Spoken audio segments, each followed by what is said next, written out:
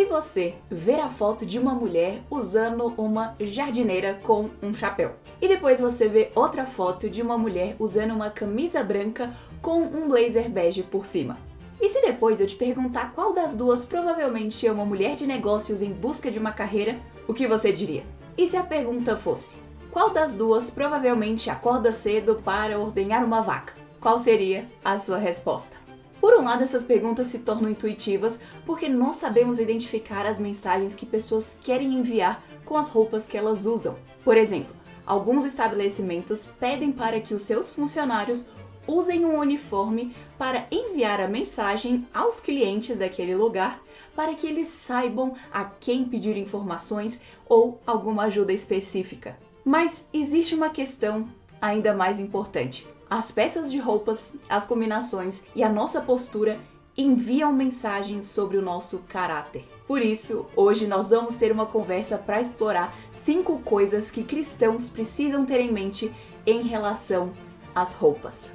Algumas vezes, o tópico sobre roupas e aparência se torna um pouco mais sensível porque algumas pessoas levam muito para o pessoal. E por um lado, realmente tem o elemento de pessoalidade pelo fato das nossas roupas serem a mensagem que nós queremos enviar, como a gente falou. Mas, uma vez que nós somos pessoas crentes, redimidas e compradas pelo sangue de Cristo, como que deve ser a nossa abordagem em relação às roupas? Será que nós devemos nos conformar com aquilo que o mundo prega e aquilo que o mundo diz que deve ser o estilo de roupa do momento? Ou será que nós temos princípios claros dentro da Bíblia que podem nos ajudar para sabermos como aplicar ao nosso contexto de hoje? Então, a maravilha da palavra de Deus é o fato de que ela é completamente atual para hoje, para o ontem e para o amanhã.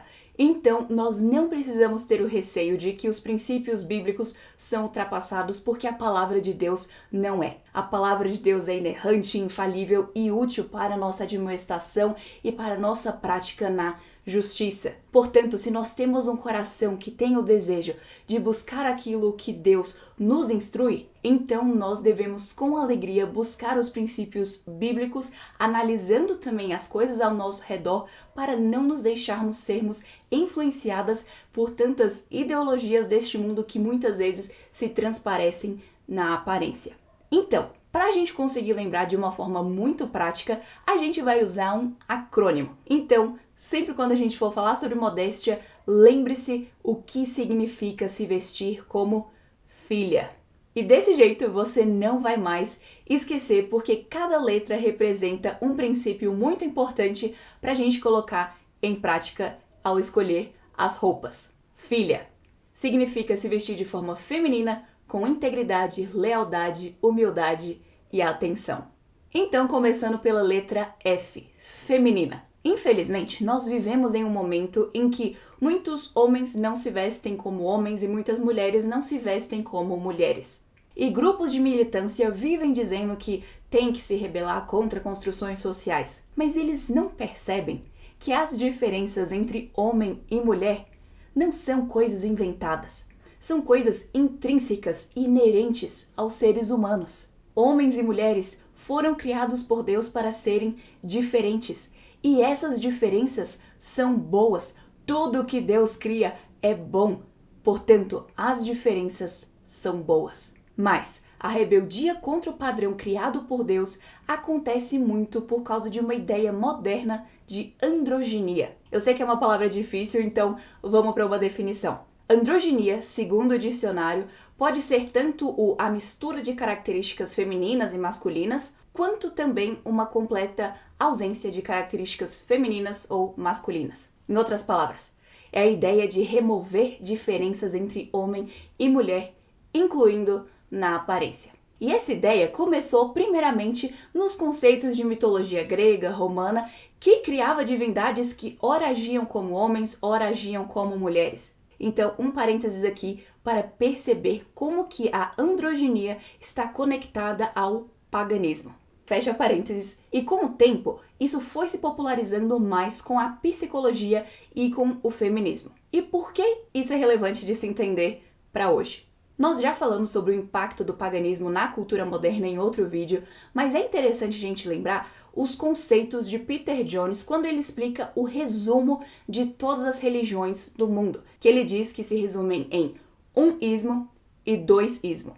Como assim? Romanos 1:25 esclarece mostrando qual é a consequência de uma vida de pecado. E lembrando que o apóstolo Paulo estava escrevendo para uma igreja que estava inserida num contexto romano, a saber, a igreja de Roma, em que naquele momento, para as pessoas ao redor, para os descrentes, aquelas mitologias eram incontestáveis e ainda eram celebradas.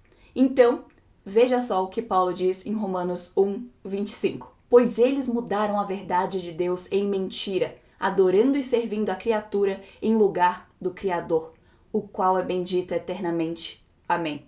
Note que eles, as pessoas entregues ao pecado, criaturas, passaram a adorar outras criaturas. Essa é a atitude que Peter Jones chama de unismo. A ideia de que todas as coisas têm a mesma essência e geralmente colocando tudo na categoria de divino. E assim, a criatura, o ser humano, tenta suprimir as distinções entre si mesmo e o Criador para se auto-intitular como um Deus. E isso é completamente relacionado com a ideia hinduísta de Advaita, que significa não dois, uma visão de mundo pagã que se opõe à dualidade. E Jones explica que a finalidade disso é se livrar de opostos. E uma das consequências mais patentes disso, que provavelmente você se lembrou, está na tendência atual de apagar distinções entre homens e mulheres, uma categoria binária criada por Deus. Então, em outras palavras, a androginia é derivada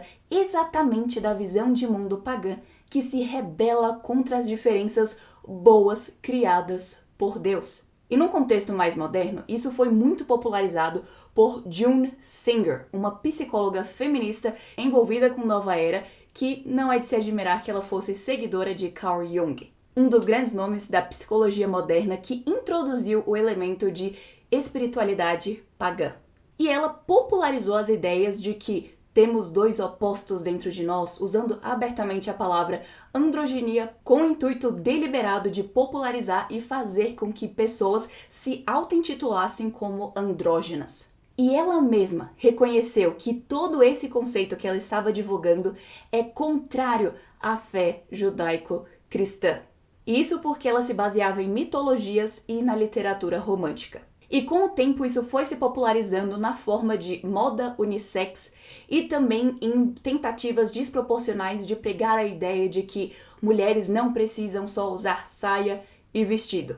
E como consequência, hoje nós vemos muitas mulheres priorizando o conforto de uma forma desequilibrada, abrindo mão do elemento de beleza e feminilidade no vestir. E entenda que eu não estou falando que uma mulher só pode usar saia ou vestido e não pode ter um moletom confortável para usar dentro de casa no período de inverno.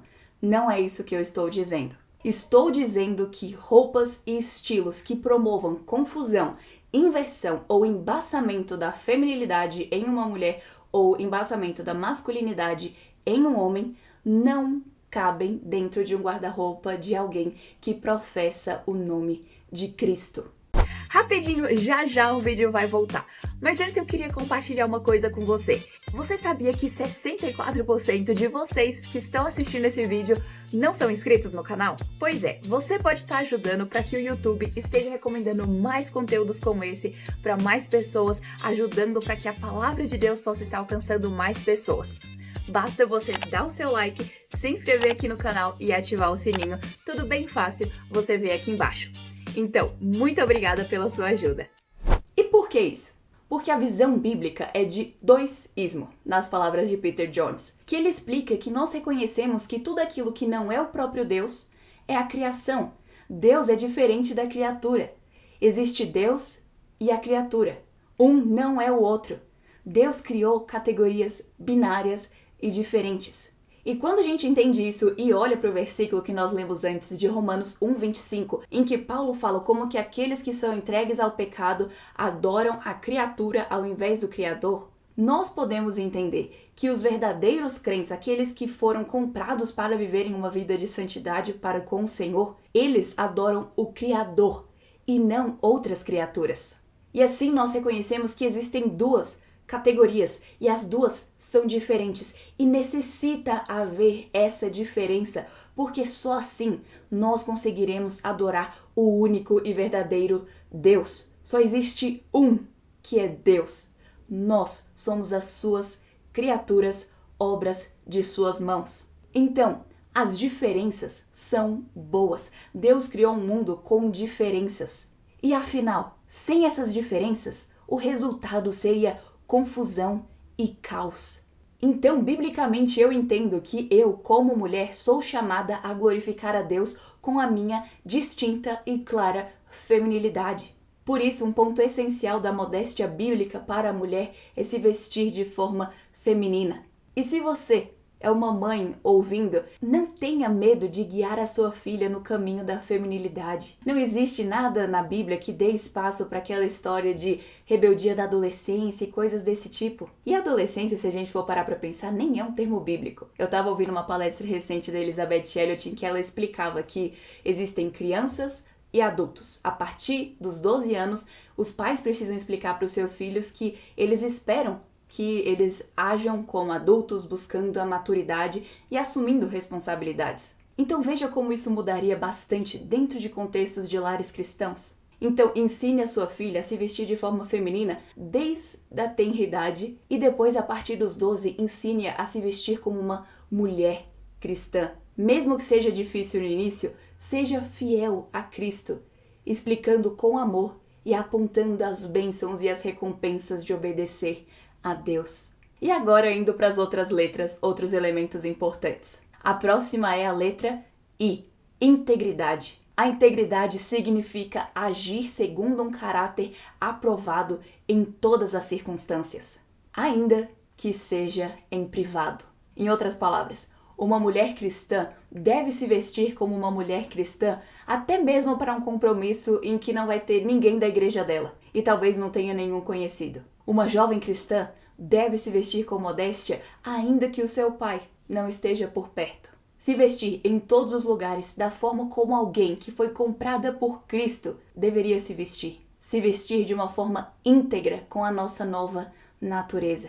Não importa aonde formos, a forma como nos vestimos deve ser compatível com um caráter cristão. E também é necessário a lealdade. A quem você pertence? Durante as batalhas, um soldado veste o uniforme para mostrar a quem ele deve a sua lealdade, de forma com que ele não seja confundido. Por exemplo, nas grandes guerras, cada exército conseguia distinguir rapidamente quem eram os britânicos, quem eram os alemães, por causa dos uniformes. E uma confusão naquele contexto só iria piorar a situação. Então, a modéstia significa que vamos nos vestir a tal ponto que fique claro a quem é a nossa lealdade. E como falamos, a sua roupa envia uma mensagem. Se você está vestida de forma decente, você envia a mensagem de que você valoriza os princípios bíblicos sobre modéstia. Mas se alguém se veste de forma vulgar, está enviando uma mensagem de impiedade, desobediência a Deus e rebeldia contra ele.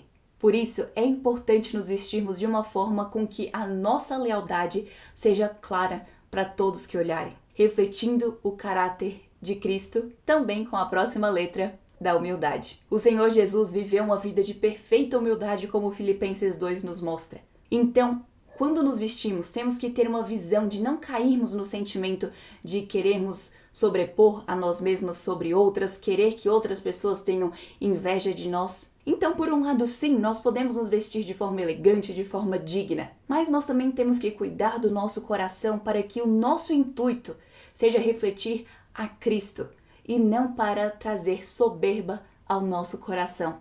E por fim, a última letra, atenção. Cautela é necessário para que nós prestemos atenção nas roupas que nós estamos vestindo e buscando ter um olhar preciso sobre a decência de cada roupa. Prestar atenção, por exemplo, para ver se a roupa continua modesta a depender da posição, ou se a mensagem que nós estamos enviando com essa roupa é realmente a mensagem que nós queremos enviar. Devemos ter atenção para sermos femininas com a nossa aparência, atenção para sermos íntegras em relação à nossa nova natureza, atenção sobre qual lealdade estamos mostrando e atenção sobre o nosso coração para sermos humildes. Quando vivemos com uma aparência e uma postura segundo os princípios instituídos por Deus, estamos refletindo a imagem de Deus. E a cautela é um elemento que deve ser priorizado na nossa vida cristã. E isso porque nós precisamos saber olhar para as coisas ao nosso redor para não cairmos em falsas ideologias que consequentemente terão impacto em nós, na nossa postura e completamente na nossa mente. Devemos pensar biblicamente sobre todas as áreas, e isso também inclui sobre as mensagens que estão sendo propagadas no mundo de hoje. Então, se você quer entender verdadeiramente como deve ser uma posição cristã em relação à psicologia, clica nesse vídeo aqui, que nele a gente explora bem detalhadamente sobre esse assunto. Espero que esse vídeo tenha sido uma bênção na sua vida. Não esquece de dar o seu like e o seu comentário, de se inscrever e ativar o sininho. Com a graça de Deus, nos vemos na semana que vem.